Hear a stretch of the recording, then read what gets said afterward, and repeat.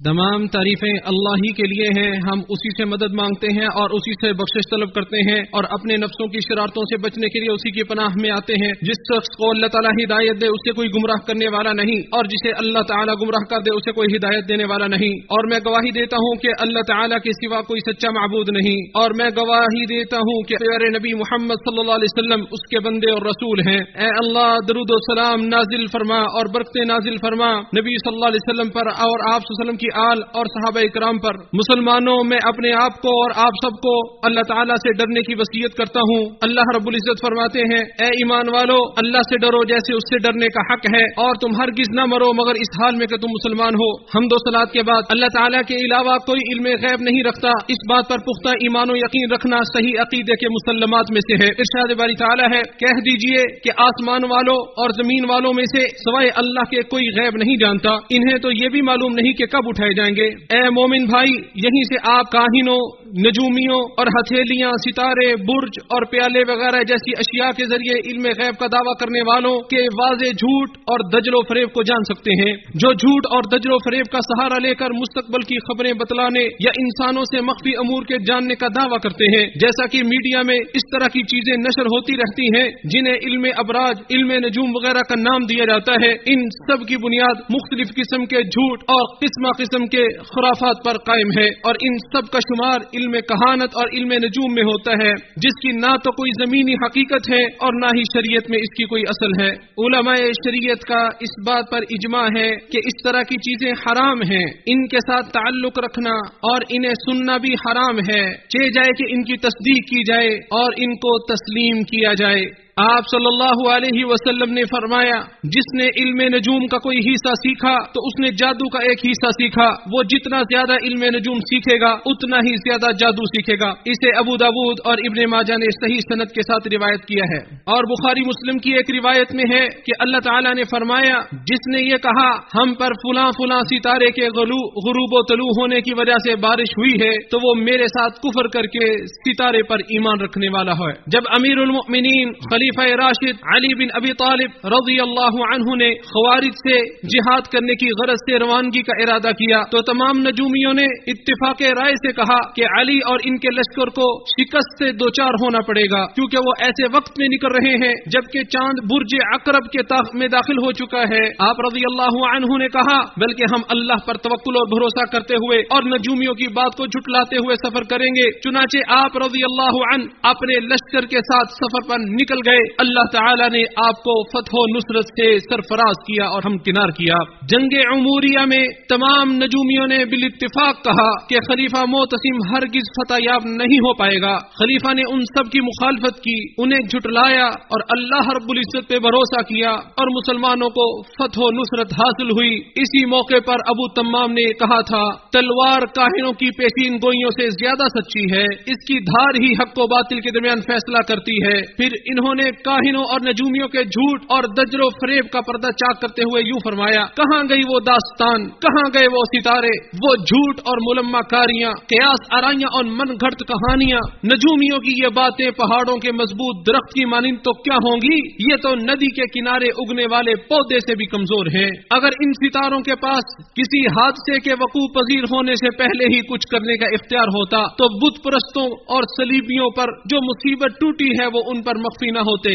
اہل علم فرماتے ہیں اگر نجومیوں کے جھوٹے داموں اور واقعات پر غور کرنے لگیں تو ان سے کئی کتابیں تیار ہو سکتی ہیں، اور جو بھی ان خرافات اور بے تکی باتوں پر اعتماد کرتا ہے تو اس پر اس کی پاداش میں اس کے قصد و ارادے کے برخلاف سخت اور ہلاکت خیز مصیبت نازل ہوتی ہے۔ چنانچہ جو شخص بھی غیر اللہ کی طرف متوجہ ہوتا ہے، اس پر اعتماد کرتا ہے یا مخلوق پر بھروسہ کرتا ہے جو اس کے لیے تدبیریں کرے، تو اللہ عز و جل اسی کے ذریعے یا اسی کے سبب معاملات کو اس کی امیدوں کے برخلاف کر دیتا ہے۔ تو حدیث پاک میں آتا ہے جس نے اللہ کو چھوڑ کر کسی اور چیز سے امید لگائی وہ اسی چیز کے سپرد کر دیا جاتا ہے۔ اسے امام احمد نے روایت کیا ہے اور حسن سند کے ساتھ اسے نقل کیا ہے۔ اسلام نے ستاروں سے متعلق حقیقی علم کو بیان کیا ہے کہ یہ ستارے آسمان کی زینت اور علامتیں ہیں جن کے ذریعے سمتوں، جہتوں، فصلوں کے سیزن اور سال کے موسم وغیرہ کا پتہ لگایا جاتا ہے۔ ان کے علاوہ جو بھی ستاروں سے متعلقہ غلط اور باطل خیال خیالات ہیں جن کے ذریعے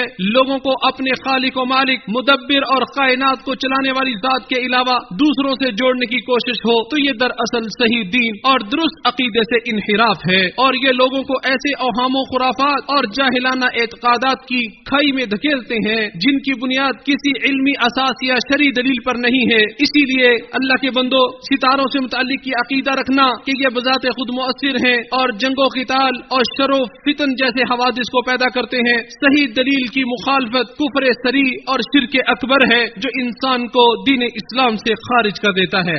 اسی طرح جو ان ستاروں کو سبب مانتے ہیں اور ان کی حرکات و سکنات اور تغیرات سے یہ اخذ کرتے ہیں کہ مستقبل میں ایسا ہوگا اور ستاروں کے طلوع ہونے سے غیب کی خبروں اور مستقبل کے واقعات کے جاننے کا دعویٰ کرتے ہیں جو ابھی واقع ہی نہیں ہوئے، جس کو فلکی حالات کے ذریعے زمین کے حوادث پر استدلال کرنا کہا جاتا ہے، تو علماء کی تحقیق کے مطابق یہ اللہ رب العزت کے ساتھ کفر کرنا ہے، کیونکہ اس میں علم غیب کا دعویٰ ہے جس کو اللہ وحدہ لا شریک کے علاوہ کوئی نہیں جانتا۔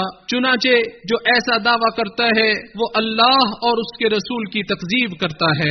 مسلمانوں، نجومیوں، قیافہ شناسوں اور کاہنوں کے پاس آنا یا ان سے سوال کرنا یا ان کی تصدیق کرنا جو جھوٹ اور بہتان کا سہارا لے کر مستقبل کی خبروں کے جاننے کا دعویٰ کرتے ہیں اور بھولے بھالے لوگوں کی عقلوں سے کھلواڑ کرتے ہیں تاکہ ان کے مالوں پر ڈاکہ ڈال سکیں اور ان کے عقائد کو بگاڑ سکیں، یہ سارے امور شرعی نصوص اور قطعی دلائل کی روشنی میں حرام ہے۔ صحیح مسلم کی روایت ہے کہ نبی صلی اللہ علیہ وسلم نے فرمایا، جو کسی قیافہ شناس کے پاس آ کر کسی چیز کے بارے سوال کرتا ہے تو اس کی 40 دنوں کی نمازیں قبول نہیں ہوتی۔ لہذا اے مسلمانوں، ان کے پاس جانے، ان سے سوال کرنے سے بچو، کیونکہ یہ سخت محرمات، حرام شدہ اور کبیرہ اور قبیح گناہوں میں سے ہیں، اور ہر وہ شخص جو غیب کی چیزوں میں سے کسی چیز کے جاننے کا دعویٰ کرتا ہے تو اہل علم کی تحقیق کے مطابق اس پر کاہن اور عراف کے نام کا انطباق ہوتا ہے یا اس کے معنی میں وہ شریک ہو جاتا ہے، لہذا اس کو انہی میں سے شمار کیا جائے گا۔ امام مسلم رحمہ اللہ نے اپنی صحیح میں معاویہ بن حکم سلمی رضی اللہ عنہ سے روایت نقل کی ہے، وہ کہتے ہیں میں نے عرض کیا اللہ کے رسول، کچھ ایسے کام ہیں جو ہم زمانہ جاہلیت میں کیا کرتے تھے، ہم کاہنوں کے پاس جاتے تھے، آپ صلی اللہ علیہ وسلم نے فرمایا تم کاہنوں کے پاس مت جایا کرو۔ اور صحیحین بخاری و مسلم میں ہے کہ کچھ لوگوں نے رسول اللہ صلی اللہ علیہ وسلم سے کاہنوں کے بارے میں پوچھا، آپ صلی اللہ علیہ وسلم نے ان سے فرمایا کہ ان کی پیش گوئیوں کی کوئی حیثیت نہیں ہے۔ صحابہ اکرام نے عرض کیا اللہ کے رسول، بسا اوقات وہ ایسی بات بھی کرتے ہیں جو صحیح ثابت ہو جاتی ہے۔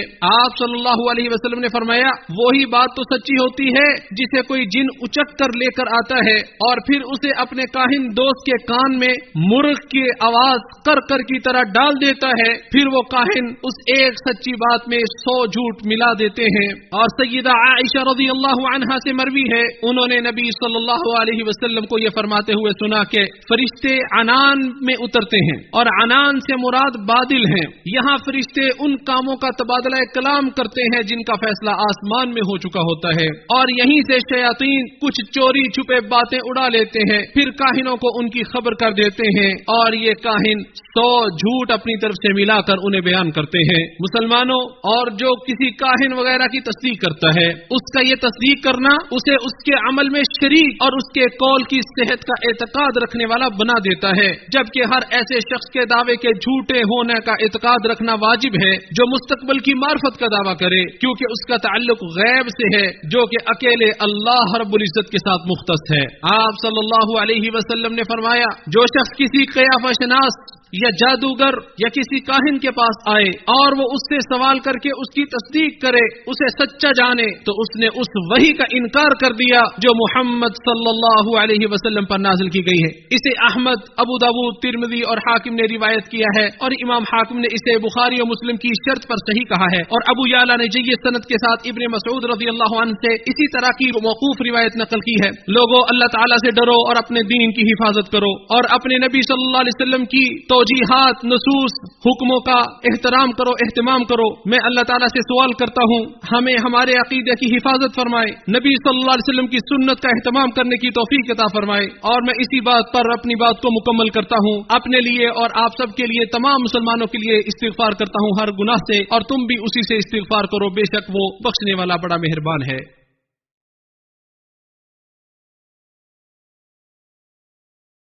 تمام تعریفیں بردبار اللہ کے لیے ہیں، جس کے علاوہ کوئی معبود برحق نہیں، وہی آسمان و زمین کا رب ہے. اور میں گواہی دیتا ہوں کہ محمد صلی اللہ علیہ وسلم اس کے بندے اور رسول ہیں. اے اللہ درود و سلام اور برکتیں نازل فرما آپ صلی اللہ علیہ وسلم پر، آپ کی آل اور تمام صحابہ کرام پر. حمد و صلات کے بعد مسلمانوں، ہر چیز تقدیر الہی کے مطابق ہوا کرتی ہے. تمام امور کی باغ دوڑ اللہ رب العزت کے ہاتھ میں ہے. ہر چیز اس کے فیصلے سے ہی صادر ہوتی ہے، اور وہ ہر چیز کو اس کے وجود سے پہلے ہی جانتا ہے. ہر چیز اس کے اندازے کے مطابق ہی وقوع پذیر ہوتی ہے. کوئی بھی چیز اس کے ارادے کے بغیر نہیں ہو سکتی. کوئی بھی خیر یا شر اس کی مشیت کے بغیر واقع نہیں ہو سکتا. ایک مومن اللہ کے اس وسیع علم پر یقین رکھتا ہے جو ہر چیز کو محیط ہے اور ہر چیز سے پہلے ہے، اور یہ بھی ایمان رکھتا ہے کہ اللہ سبحانہ و تعالی نے ہر پیدا ہونے والی چیز کو لوح محفوظ میں لکھوا رکھا ہے.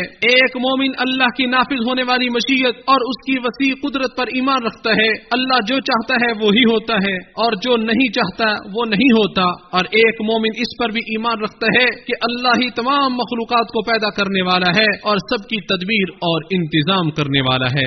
ہمارے اوپر یہ چیز واجب ہے کہ ان معانی پر ہم مکمل کا مکمل ایمان اور یقین رکھیں، اور اپنے تمام معاملات اللہ رب العزت کے سپرد کر دیں. ان تمام معاملات میں جو اللہ رب العزت ہی جن کی تدبیر کرتا ہے، اللہ رب العزت پر ہی توکل اور بھروسہ کریں.